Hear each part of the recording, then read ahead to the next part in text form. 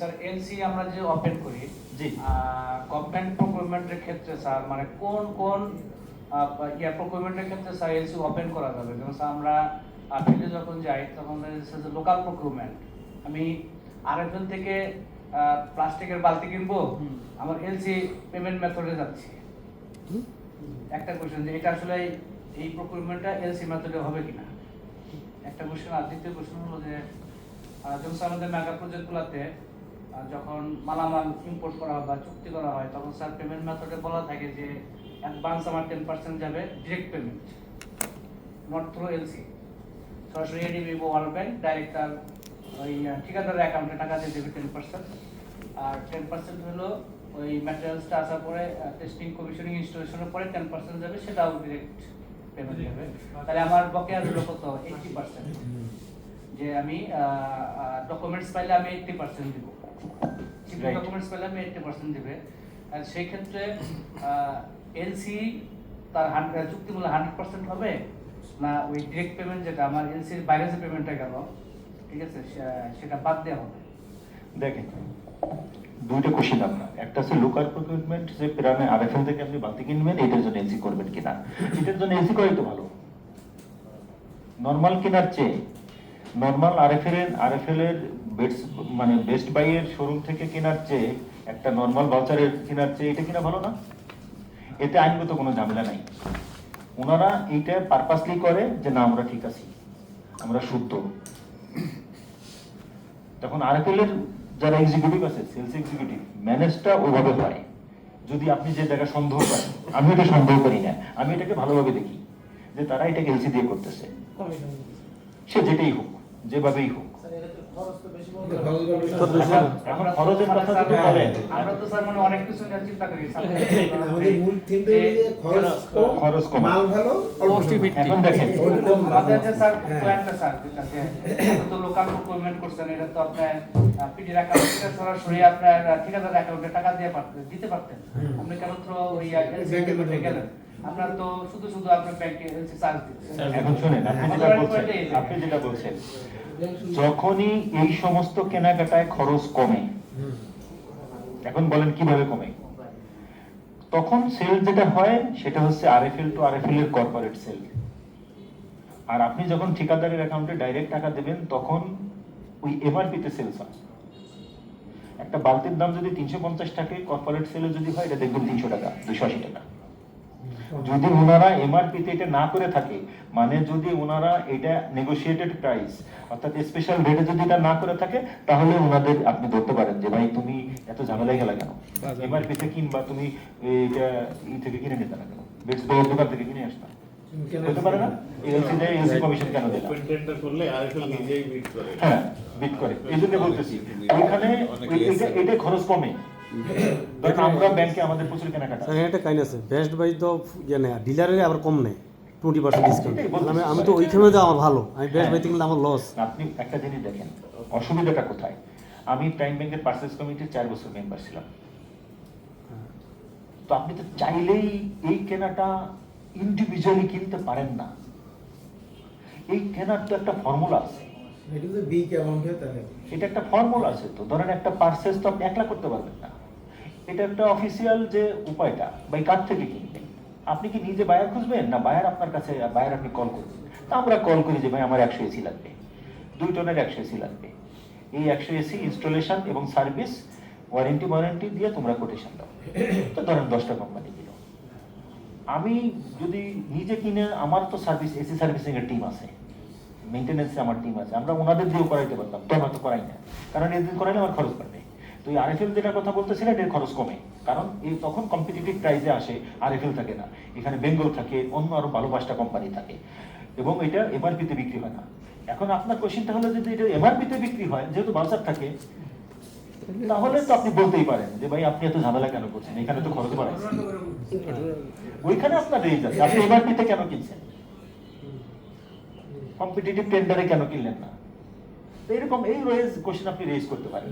আর আপনার পরের কোশ্চেন যে ওই আমি যেটা প্রথমে বলতেছিলাম যে 5,000 কোটি টাকার প্রজেক্ট, ঠিকাদারের তত টাকা নাই, তাকে আমরা এপিজি একটা গ্যারান্টি নিয়ে 1200 কোটি টাকা দিয়ে দিচ্ছি।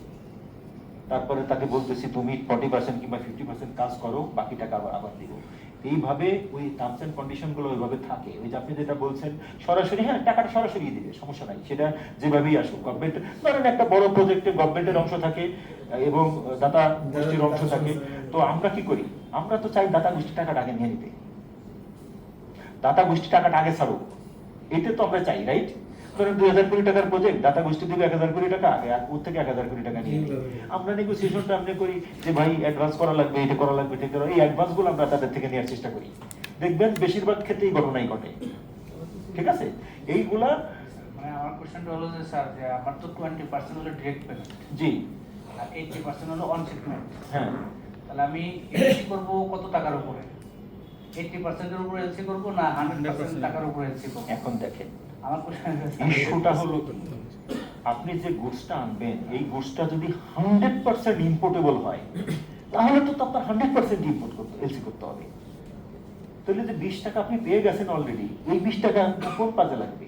এই 20 টাকা লাগতে পারে ইম্পোর্টারের, অর্থাৎ যে ঠিকাদার, সে ব্যাংকে মার্জিন দিবে 20 টাকা, ব্যাংক বলে দিয়েছে তোমার 20% মার্জিন 0%, তাহলে 20 টাকা গেল কোথায়? ওইভাবে হয়। এখন কোশ্চেন, তাহলে এই 20 টাকা গেল কোথায়?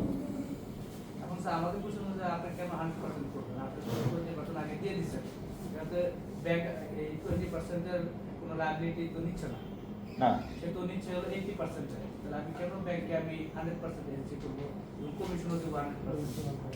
আরেকটা কোশ্চেন হলো যে স্যার, যদি এরকম ঘটনা ঘটে, ঠিকাদার কি স্যার দুইবার টাকা দাবি করতে পারবে কিনা? ব্যাংক যদি 100% পেমেন্ট, 20% তো ওয়ার্ল্ড ব্যাংক দিয়ে দিচ্ছে, এখন ব্যাংক তো এখানে গ্যারান্টি এলসি গুলো রাখছে 100%, সে যদি 80% করতে, সে যদি আবার 100% দিয়ে দেয়, এরকম ঘটনা ঘটবে কি?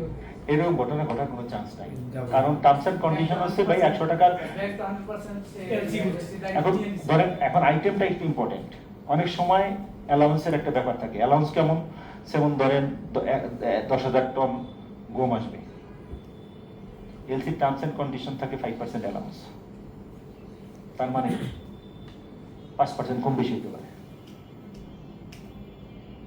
ধরেন প্যাকেটজাত এই জিনিসটা ইম্পোর্টার আনবে এবং প্যাকেট করে এটাকে ডেলিভারি দিবে, সাপ্লাই দিবে, তো প্যাকেট করতে যাইয়া এখানে কমে যেতে পারে, এরকম আইটেম যদি হয়। না না না, আপনার কোশ্চেনটা হচ্ছে 100 টাকার ধরেন টোটাল যে ভ্যালুটা ছিল, ওই ভ্যালুর 20 টাকা সে আগে নিয়ে গেছে, এখন এলসি করতেছে 100 টাকা। দেখেন 100 টাকার এলসি তো সে করবে আগে সে 20% নিয়ে গেছে। নে ভাই, এখন গুডস যেটা আনতেছে, আপনি বলতেছেন 100 টাকার এলসি করতেছে, তাহলে 100 টাকার এলসি করলো কেন? 80 টাকার এলসি করলো না কেন? কাজ কাজ করতে আমরা 80 টাকা। আর বাকি 20 টাকার গুডস কিনে পাবে। একটা হচ্ছে কন্ট্রাক্ট আর একটা হচ্ছে যে আমার কথা বুঝতে পারছেন? হ্যাঁ, হ্যাঁ, এটা রেশনালি চিন্তা করেন, এটা বাকি আগে 20 বুঝে টাকা, আসে। বাকি 20 টাকার গুডস উনি কোথায় পাবেন? হ্যাঁ, কন্ট্রাক্টটা গিয়েছে সেগুলোই তার রিসিভ করতে হবে। যার কাছ থেকে মাল কিনবে সে তো 100 টাকা জিনিস ঠিক 100 আছে? টাকাই নেয়। আর এই গভর্নমেন্ট আপনাদের এই যে আপনারা যেটা নিয়ে কাজ করেন, এই জায়গাটায় আপনি আগে দেখবেন টার্মস এন্ড কন্ডিশনে কি আছে ওইটা।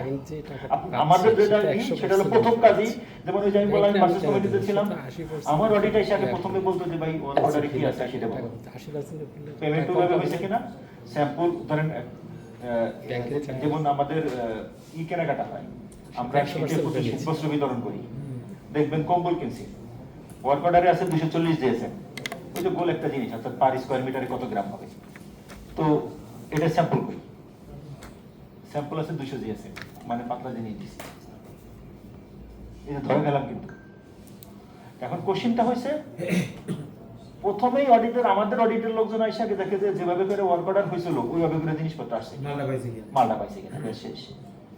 আপনি যেটা বলছেন যে আমি কেন 20 টাকার এলসি কমিশন বেশি দিব, তাই না? উনারে 100 টাকার যেটা দিচ্ছেন, উনার এর মধ্যে 2 টাকা লাভ আছে না? 100 টাকার যে উনি যে 100 টাকার কাজ করবে, 100 টাকার কাজ কি ফাফাও করে ফেলবে? এর মধ্যে ওনার লাভ আছে না? এই 100 টাকার ভ্যালুর মধ্যে আপনি এটিআই কাটবেন না, ভ্যাট কাটবেন না, ট্যাক্স কাটবেন না, 100 টাকাতে সে পাবে না। আমি বুঝাইতে পারছি? 100 টাকা পায়, ধরেন একটা ওয়ার্ক অর্ডার আছে 100 টাকা, সেই যেটা হলো যে ঠিকাদার কি 100 টাকা পায়? 100 টাকা পাবে না তো। অন্যান্য তার ইচ্ছা তো অন্যান্য কাটাকাটি আছে না? হ্যাঁ, করতে পারছে। এই হচ্ছে ঘটনা। এই জন্যই আপনি যেটা বলতেছেন এইটা গুড, যে 20 টাকা তো তার আমি আগে দিছি, আমি আবার নতুন করে 100 টাকার উপরে কেন কমিশন দিব? আসলে তো তা না, 20 টাকা আপনি তাকে দিচ্ছেন ফেসিলিটেট করার জন্য, মানে ঠিকাদারকে একটা কমফোর্ট দিছে, মনে করেন ওই 20 টাকাই তার লাভ, সে ফর এক্সাম্পল। সে যে মালটা আনবে, এখন ডেলিভারি দিবে, অনেক সময় একটু বেশি মাল আনতে হয়, দুটো ভেঙে যায়, নষ্ট হয়, এটা হয়, এটা হয়। কিংবা দেখবেন যে যেমন অনেক অনেক মালের মধ্যে স্পেয়ার পার্টস ডবল ডবল করে থাকে, কন্ডিশনই এরকম, ডবল স্পেয়ার পার্টস, অথচ ভ্যালু তো একটার জন্য ক্রিয়েট করা হয়েছে, তো এরকম ঘটনা থাকে। দেখেন এই যে আমার যেটা বুঝতেছি যে ডকুমেন্টগুলো লাগে, IRC, এটা আপনারা